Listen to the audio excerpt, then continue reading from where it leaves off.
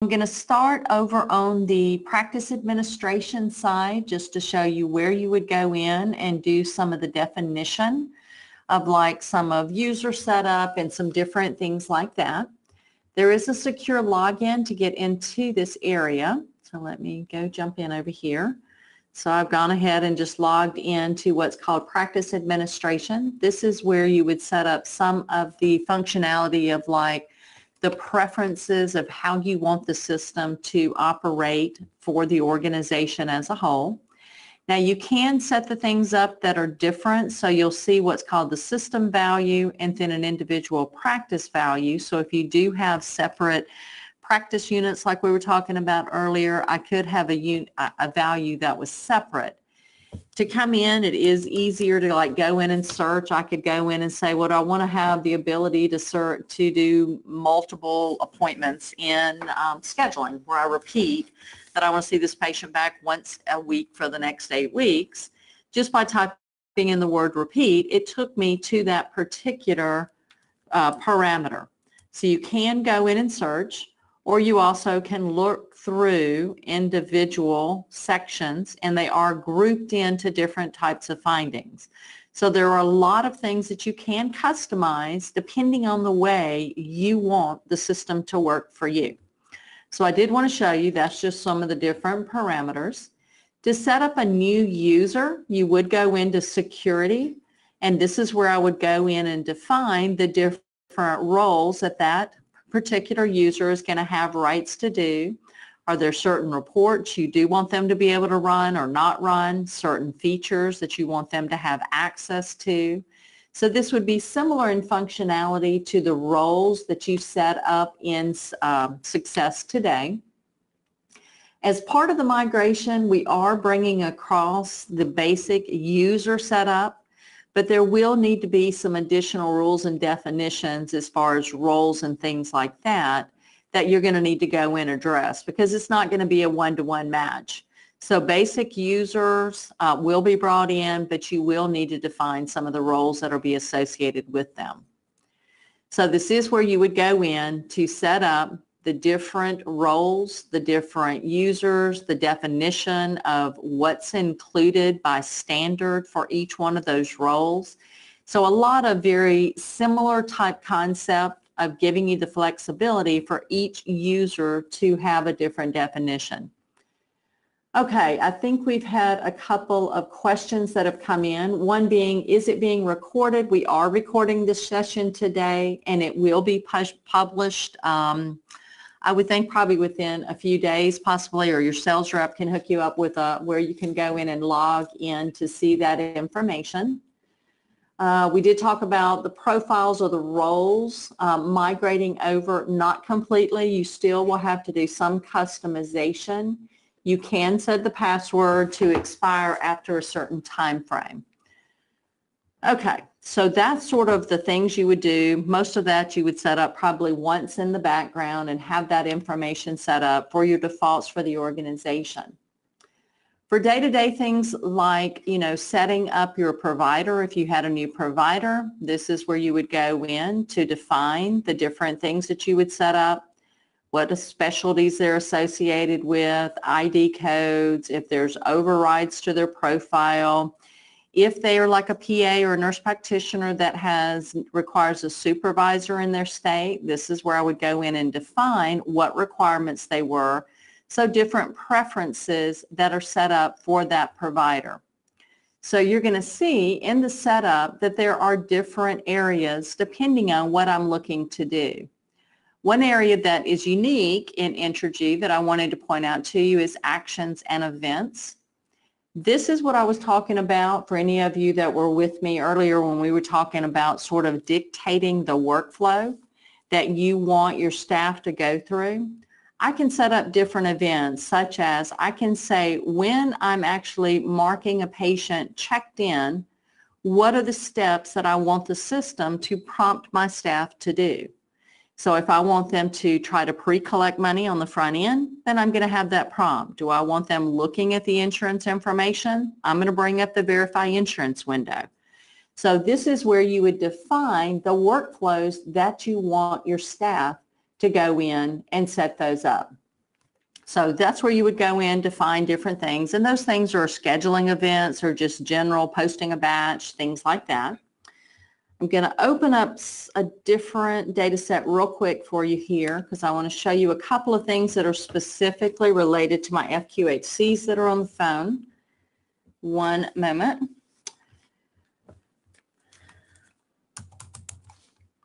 So I've got a different practice units which has some of my FQHC functionality turned on.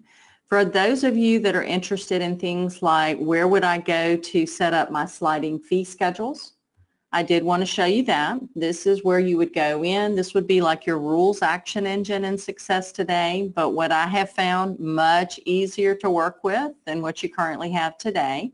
But this is where I could go in and say, well, for my dental services, what is the appropriate slide going to be? What is the minimum amount, my, flat fee, those different types of things, the slides that are going to apply to the different slide levels. So this is where you would go in and set those up. The general definition of what the max poverty is for each level.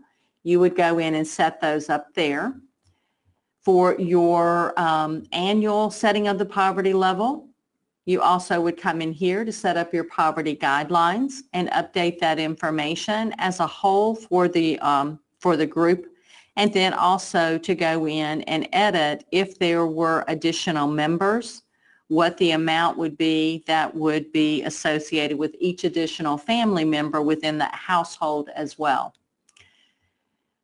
Other setup that you would do for your FQHCs would be things like your Medicare clinic rates, your WRAP rates. So those different types of things are set up here as well for like your T1015 WRAPs. This is where you would go in and define that information. If there were exclusions or exceptions, you would also go in and identify those here as well. Okay, I'm going to take a breather for 1 sec to answer a couple of these questions. Let's see.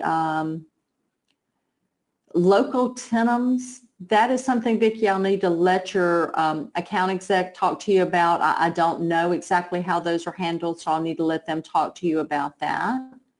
You do have something that's equivalent to chart restrictions in Entergy, where you have to break the glass to open certain patients' records. The actions as offense, those are defined by the practice as a whole, not to the individual user, as to what the standard workflow is that you would associate that. Workflow settings, there are some things that you can define on the clinical side, but the majority of them are more based on the practice management side. Scheduling, processing claims, things like that, more so than the clinical. And how would you set up a login for multiple locations? If you had multiple locations, you could have where it stops and asks you as you're logging in if there is a particular practice unit that you want to log into, that you can log into those individually. So you do have some different options there. Okay, so basic setup of files of your system administration files. You see there's different ones, procedure codes, your financial setup, your collections, your ERAs, where you'll look at your denial codes, your remark codes, things like that. Your scheduling, this is where you would go in, and I know there were a couple of questions that related to setup that we were talking about earlier when we were going through scheduling. Things like the rotations, where I can go in and identify what that schedule needs to look like, Monday, Tuesday, Wednesday, that type of thing, how many weeks are going to be within that rotation. So if you have multiple rotations and then you want to assign them to the individual providers, and I could go in and say that I have different rules for different dates or different groupings of dates. So like putting an effective and expiration date on some of those rules. Also in scheduling, this is where I would go in to limit different types of appointments. Maybe I want to put a limit on a certain type of appointment for a certain type of time of day, or reason classes, reason codes. You also can limit based on the insurance plan that the patient has. So you do have different ways that you can go about doing things like that. But that's where you would go to set up different throughout, I'm not going to go and open up all the individual things, but this is where, like for your medications, it's looking at the pharmacies. We do use SureScripts. And so your different pharmacy information, setting up favorites lists, different things like that. This is where you would go in to do some of those type things. And then, going in CHC reports, these are some different reports that you can go and run directly out of the system, like your Ryan White setup, your patient visit reports. So you do have some ones, UDS you're doing out of the dashboard, so ignore that. I really wouldn't be doing that. If you're California, your OSHPD reports are there and available to you as well. One other thing I do want to go back, since I failed to show you a couple of the UDS type things. Sliding fee schedule. When we were looking at the patients before, I didn't point this out to you, so I did want to go back and show you this. This does allow you to see the information that you recorded on the household assessment and the additional special population fields that are required for your UDS reporting. And someone asked a question earlier about, can you customize some of your demographic information? So I wanted to also show you this extended information window.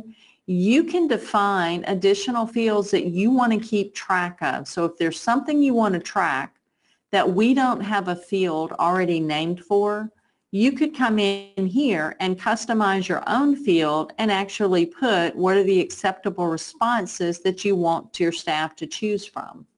So similar to your user-defined fields that you have in Success today, except in a nicer layout so that it's not just that drop down, linear type fashion. You actually have the ability to see those fields.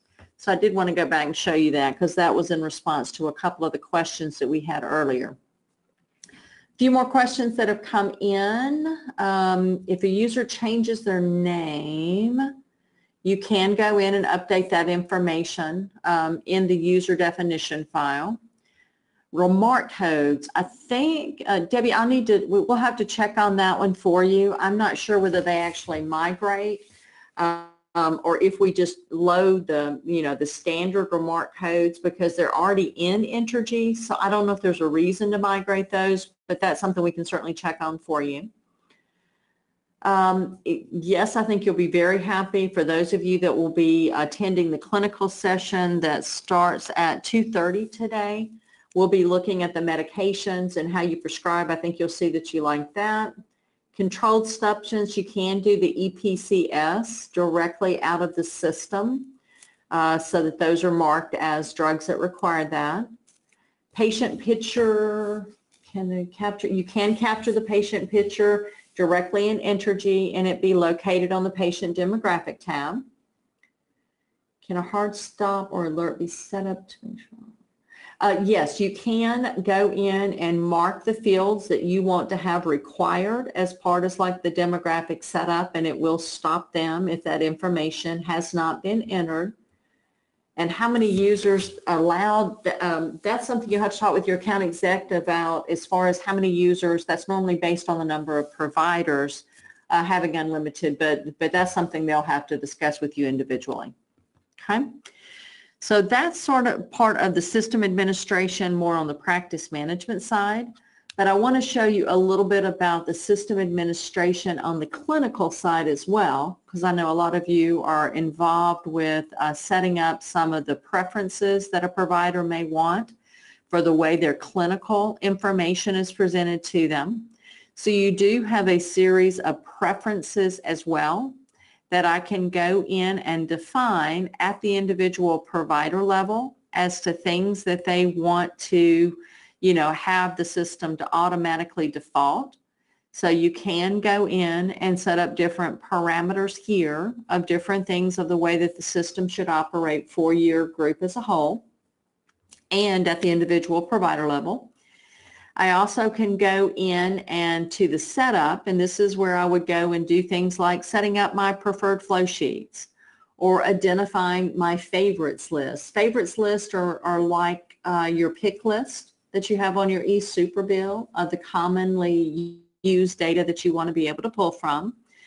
But this is where if I wanted to set up some of the different types of fields that we wanted to have access to, as well as being able to customize how the chart is going to be presented to the provider, so that if there's certain things that they say, you know, we don't do pediatrics, I don't want immunizations to be one of the tabs that I'm looking at when I open up my chart. Or, you know, I really don't need to see the HIE documents. So I could go in and change the different fields that I'm going to see, as well as dragging and dropping to change the order of the way that that information is being presented when I go in to look at that. Patient summary, similar type concept. I can go in and define how I want that information to be presented. Encounter details, same thing, as well as the HIE. So you do have the ability to set the providers for the practice default for the organization as a whole, but also to identify the way the information should be presented to an individual provider based on their preferences. Oh, so yes, you can do the customization by the provider. The pick list and the order sets will not migrate over. You will have to reset those up. So those are not things that the system can bring over for you. You can set up defaults and preferences at the organization clinic, you know, type preferences as your defaults, but then go in and make changes at the individual provider level. So just like here at the top where we can say the practice default is this, but Dr. Ford needs to see something differently. Under these same maintenance tools is where you would go in to set up things like your medicine templates. For those of you that are involved with the design of the templates, this is where if I were wanting to go in and open an existing medicine form, and that might be one, you know, based on my personal favorites. I can have my own favorites list, so I could go in and pick a particular form, and then I could go in and make changes to it. So if there was a certain selection that I need to make changes to, similar type tools to what you have today. If I wanted to go in and add additional findings, I also have the ability to go add additional findings to this page, add a link button if there's something I wanted to make a link maybe to another template. Very similar functionality than what you're accustomed to working with today inside of Success. But I do find it's a little easier to navigate inside of this tool than what the way it was laid out in Success. So I do find it's a little easier to work with, but you do have the same type of capabilities. Okay, let me answer a few more questions here. Can we make the different? Okay, when we get into the chart, I'll show you a little bit about what the layout looks like, Amanda, and we can talk more about that. We do have interfaces already built with national labs like LabCorp, Quest, CPL, as well as a lot of regional laboratories. Any existing labs that you have today, we will make sure that those interfaces, if they do not exist, then development will be looking to set those up for you. But in your like to like, you know, moving over from Success to Entergy, any that you have will be brought over automatically for you. Your medicine forms will not be able to be converted from Success to Entergy. There is a large library of forms that already exist inside of Entergy. So hopefully you're going to find that there are some that are similar to what you're looking for already, and then you can customize those or maybe just tweak those to make them your own. But the ones that you're using today in Success cannot be converted, unfortunately. And is there a PASIS? Pat, I'm sorry, I'm not sure what that interface is. So if you will get with your account executive and ask them that question, they can do the research on that for you, but I'm not sure specifically what that is. The medicine IDs that you have currently in Success are the same medicine IDs that are available in Entergy. So we are able to map data from one field to another. but the actual templates cannot be converted, but the data can. If you're using M-Modal, M-Modal would be a third-party product. I'll need to let your account exec work with you to see if that is something that is available. I know you can use Dragon inside of Entergy. I'm not sure about M-Modal. That'll be a good question for you to ask them. And you do have a tool in Entergy, something that's called Visit Note, that would be more similar to your PNG type functionality and Success. It's not exactly the same, but it does give you some of the same type customization type tools. Can a user be logged into 2 computers at one time? Again, I'll have to let you talk to your account exec. I'm not sure about the logistics from IT. Fax server, you can have faxing directly out of Entergy. You would be using a third party, either eFax server or an eFax company to accommodate for that, but you do have the ability to do so, yes. Okay, so that is some of the questions that we have there. Compendiums transferring over. I think we start you with the core, compendium for like LabCorp or Quest. You might still have to make some tweaks to it, but I don't know if the actual compendium that you're using in Success today would be transferred over. Again, that's something your account exec could ask you. And yes, you can email directly from Entergy.